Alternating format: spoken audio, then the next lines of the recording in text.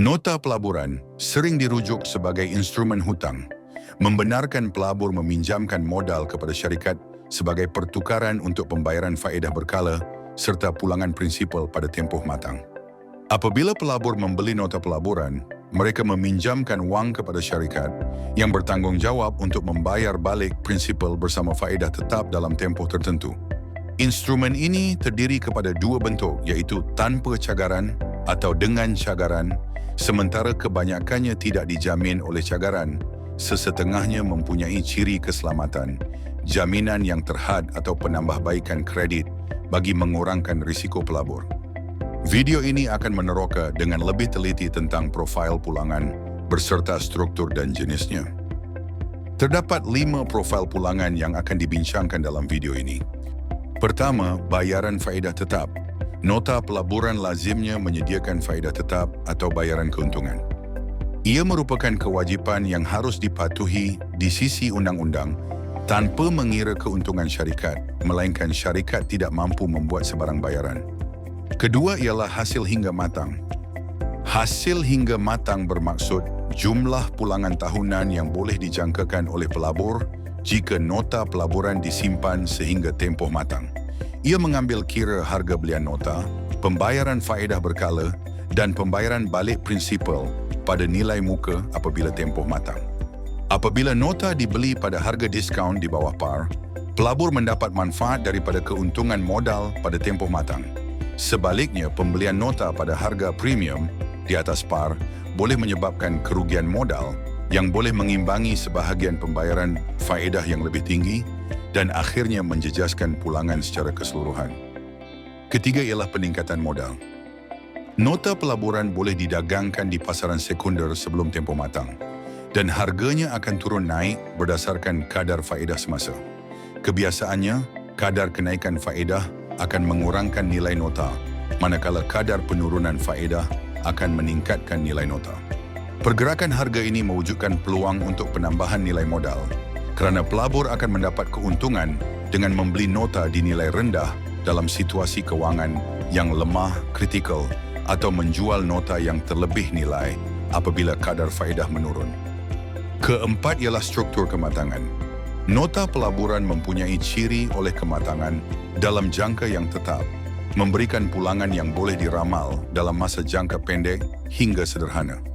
Syarat kemasukan yang minimum dapat memberi peluang kepada pelabur runcit untuk menjana pendapatan tetap.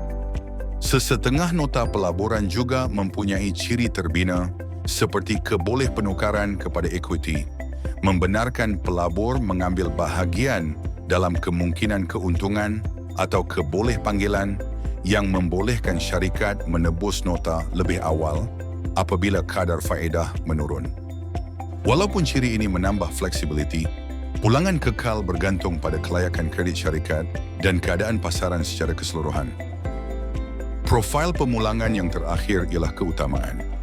Nota pelaburan diberi keutamaan berbanding ekuiti dalam struktur modal syarikat, di mana pemegang nota dibayar balik sebelum pemegang saham semasa pembubaran.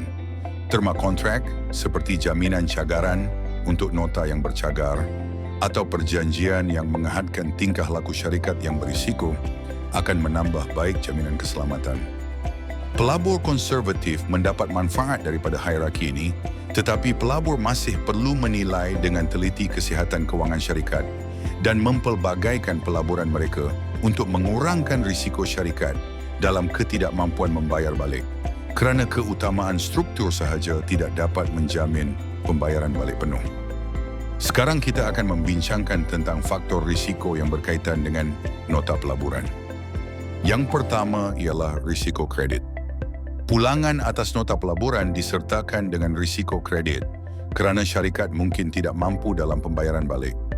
Syarikat dalam sektor yang tidak menentu seperti tenaga dan teknologi mungkin menghadapi kesukaran semasa kemelesetan ekonomi. Ini meningkatkan kemungkinan tidak mampu membayar balik. Pelabur sering bergantung pada penarafan kredit daripada agensi penarafan kredit bebas. Walau bagaimanapun, penarafan ini mungkin ketinggalan dalam mencerminkan tekanan kewangan atau skandal korporat. Yang kedua ialah risiko pasaran. Risiko pasaran untuk nota pelaburan terutamanya melibatkan risiko kadar faedah, di mana kenaikan kadar faedah menyebabkan nota kadar tetap kurang menarik, sekaligus mengurangkan nilai pasarannya kerana terbitan baharu menawarkan pulangan yang lebih baik. Sebaliknya, kejatuhan kadar faedah boleh meningkatkan nilai nota sedia ada. Risiko inflasi timbul apabila peningkatan paras harga umum meningkat, mengurangkan nilai sebenar, pembayaran kupon tetap dan mengurangkan kuasa beli pelabur. Terutamanya dalam tempoh yang lebih lama di mana inflasi mungkin melebihi pulangan. Faktor risiko ketiga ialah risiko kecairan. Risiko kecairan merujuk kepada kesukaran menjual nota pelaburan dengan cepat tanpa mengurangkan harganya. Risiko ini ketara dalam pasaran di mana aktiviti perdagangan adalah rendah, contohnya terdapat banyak nota pelaburan khusus. Aktiviti pasaran sekunder yang terhad selalunya menghasilkan jurang bida tawar yang luas, menyebabkan pelabur terpaksa menjual pada harga diskaun. Semasa tempoh kemelesetan ekonomi, nota pelaburan yang berkualiti tinggi juga boleh mengalami kekurangan kecairan apabila pelabur beralih kepada aset yang lebih selamat.